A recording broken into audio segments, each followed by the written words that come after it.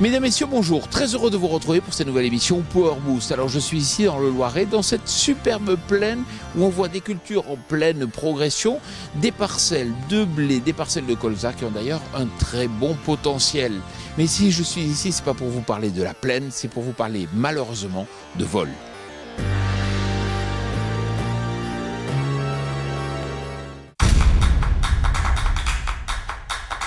Français, Françaises, l'heure est grave et face à la recrudescence de cambriolage sur nos exploitations, il est de notre devoir en tant que média relais du monde agricole de porter haut et fort cette alerte. Les matériels GPS sont devenus une cible de choix pour les réseaux de voleurs de matériel agricole, car bien plus discrets qu'un tracteur. Nous avons donc mené l'enquête, tout d'abord auprès de Stéphane Fautra, agriculteur dans le Loiret et victime d'un cambriolage dans son hangar. Nous vous montrerons leur mode opératoire ainsi que les techniques de prévention à mettre en place afin d'éviter ce genre de drame.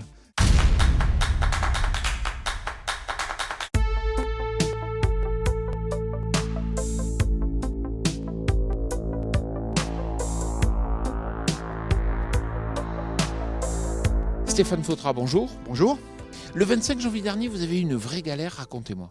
Écoutez, j'ai eu un appel d'un agriculteur voisin de la commune dès le lendemain matin, me disant qu'il avait eu des tentatives d'infraction dans son exploitation agricole, qu'un autre agriculteur avait été visité, et me demandant si j'avais eu cette problématique. Donc je me suis précipité au hangar agricole de la ferme où nous avions 2 tracteurs de notre groupe qui étaient en stationnement pour vérifier ce qui se passait, s'il s'était passé quelque chose. Et c'est là où j'ai découvert que les équipements GPS des 2 tracteurs avaient été volés, démontés.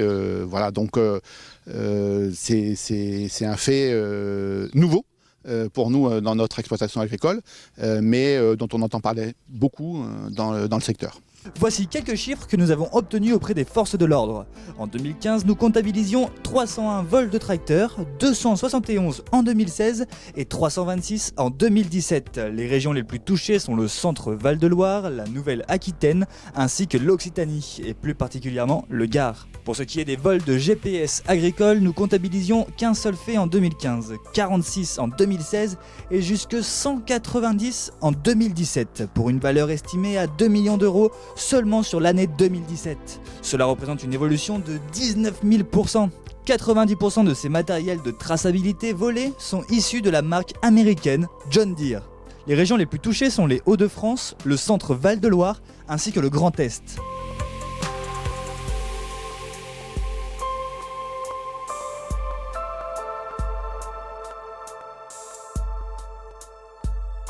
Mais êtes-vous sûr pour autant que c'était les matériels GPS qui étaient ciblés ?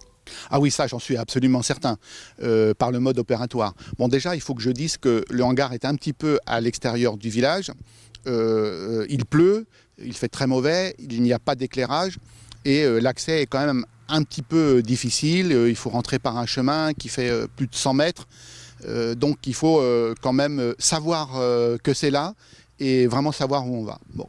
2 tracteurs sont sous ce hangar. Un New Holland T7 245, un New Holland aussi T7 210, qui sont équipés de matériel GPS de la marque Trimble. Les opérateurs sont rentrés par le haillon arrière en dégageant avec un petit morceau de fer le joint, la poignée qui sert à fermer le carreau de l'intérieur, en l'ouvrant, en pénétrant dans le tracteur, s'installant sur le siège et en démontant les écrans ou le matériel qui est soit dans la coudoir, soit d'une manière compacte pour le T7 245. Je pense que cette opération ne doit pas durer ou demander plus de 15 minutes et les opérateurs sont ressortis par la porte qui était certes fermée à clé, les clés rangées à un endroit, puisque de l'intérieur on peut ouvrir et il y avait un certain nombre d'équipements autour, boîte à outils quand même avec des clés et tout, qui sont restés. Donc oui, pour répondre à votre question, c'est bien le matériel GPS qui est de marque Trimble qui a été visé et aussi à l'extérieur ont été prises les antennes de toit qui sont nécessaires pour faire fonctionner le matériel. Donc oui, le matériel GPS de conduite du tracteur. Dans Power Boost, on vous dit souvent qu'il faut respecter le sol et notamment adopter des solutions de télégonflage. Mais attention, il y a différents types de produits et différents prix. Alors vous savez, je vous parle souvent du télégonflage et on sent bien qu'on est encore qu'au début de l'histoire. Alors si vous voulez adopter une solution de télégonflage, il est possible d'utiliser le compresseur qui pilote le système de freinage. On arrivera à avoir 300 litres peut-être par minute seulement. On peut dans ce cas-là gérer surtout le télégonflage des roues arrière. Et par exemple PTG a mis en place un système qui est intéressant puisque ça évite d'avoir des tuyaux à l'extérieur qui ont peut-être la capacité à s'arracher. Et là on a un système de joint tournant sans tuyaux additionnels à l'extérieur de la jante. Et si on veut aller sur des capacités supérieures, c'est-à-dire la capacité à pouvoir gonfler à la fois la roue arrière et la roue avant, là il faut faire appel à un compresseur supplémentaire, un compresseur qui est capable de pouvoir délivrer comme celui-ci, par exemple 1000 litres par minute. C'est vrai que ça va coûter quand même 10 000 €, voire plus, et il va falloir l'installer à un endroit où on sent bien là aussi que ça n'a pas été prévu pour cela. Sous le capot, il n'y a plus de place, donc il faut aller chercher un endroit extérieur qui n'est pas toujours très pratique. Étant donné que la cible des vols sont des appareils de traçabilité, nous nous sommes demandé s'il n'était pas plus simple de les localiser. C'est pourquoi nous avons contacté Emmanuel Vauquelin de chez Vantage Nord afin qu'il nous éclaire sur le sujet.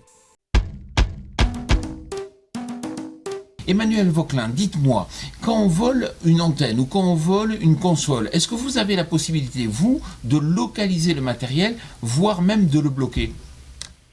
Aujourd'hui, on ne peut pas localiser une console GPS. Cependant, lorsqu'un agriculteur nous souscrit un abonnement de signal par satellite ou par téléphone, on a la possibilité de savoir si la console a été volée, mais à ce moment-là, il faut que l'agriculteur, au moment du vol, nous déclare le numéro de série de sa console.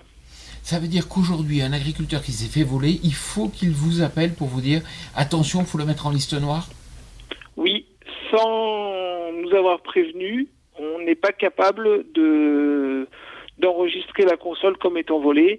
Et à ce moment-là, la console fonctionnera sans problème. Et si jamais cette console est réutilisée, par exemple, dans le cas d'un réseau radio de correction GPS ou avec une balise en bout de champ ? Si on utilise la console sur un réseau radio privé, on ne va pas pouvoir bloquer la console, hormis le fait qu'il y ait une information qui soit diffusée aux différents vendeurs de matériel et gestionnaires de réseau, afin qu'on ait un avertissement et qu'on sache que la console a été volée. Merci beaucoup Emmanuel. Merci à vous. Vous allez voir cette initiative de communication très intéressante de Kubota qui porte des valeurs communes avec le rugby.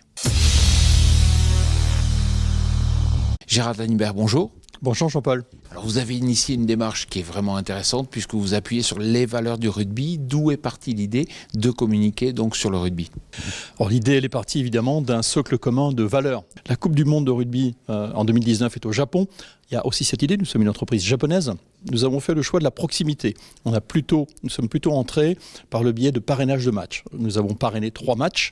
Toulouse, Toulon et La Rochelle. Et on associe à 3 niveaux l'entreprise, où on agit à 3 niveaux. Le premier niveau, c'est l'entreprise même, Kubota, les collaborateurs Kubota qui sont associés à cette opération. 2, le réseau de distribution. Nous construisons avec le réseau de distribution la communication en amont et l'habillage du match en orange le jour de match. Et 3, le consommateur final, qui découvre Kubota par un angle différent, moins traditionnel, par l'angle sportif. Et donc, nous avons enregistré de très très bons résultats sur ces opérations. Merci beaucoup. Merci à toi.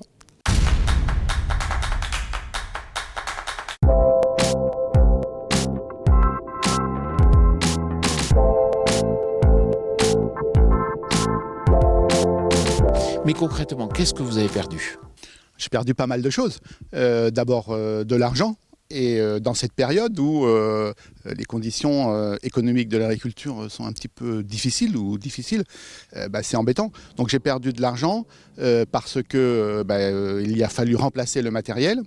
certes, nous sommes assurés par une compagnie d'assurance Telem, et bien assurés, qui nous a bien aidés et bien suivis, mais quand même quelques milliers d'euros sur les 28 000 volets, quelques milliers d'euros qui sont liés à la franchise qui n'ont pas été remboursés, plus avancer la TVA des nouveaux équipements, ça c'est une première chose, donc perdu de l'argent, perdu des données aussi, techniques, puisque dans le logiciel, eh bien, on a des parcelles qui sont enregistrées, des découpes de parcelles, des interventions. Donc, c'est des données qui ont été perdues.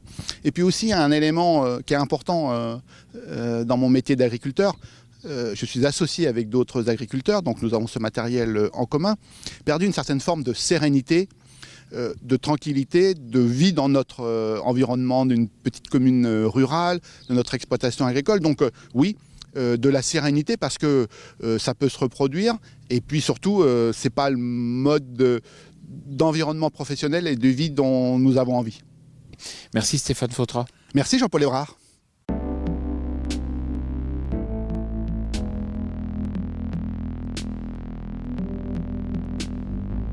Face à ces vols, les meilleures solutions sont d'ordre préventif. Les forces de l'ordre recommandent de toujours fermer à clé les véhicules, portails et hangars. Parfois, la simple mention « établissement sous vidéosurveillance » suffit à décourager les voleurs. Dans le même ordre d'idée, les allumages automatiques apparaissent comme dissuasifs. Enfin, l'emploi d'alarmes ou de chiens de garde semble également réduire les chances de cambriolage sur vos exploitations. Voilà, j'espère que cette émission Power Boost vous a plu. Si vous voulez en savoir plus sur ce sujet des vols, mais aussi de façon plus large, bien sûr, sur le machinisme, il faut lire notre média partenaire Machinisme Actualité. Et puis, si vous avez envie de parler du co-farming, c'est-à-dire cette nouvelle forme d'agriculture en réseau qui permet des gisements de compétitivité, n'hésitez pas à nous retrouver dans le cadre du forum agroéquipement qui se déroulera à Dunkerque les 17 et 18 mai prochains. Je vous souhaite une excellente semaine.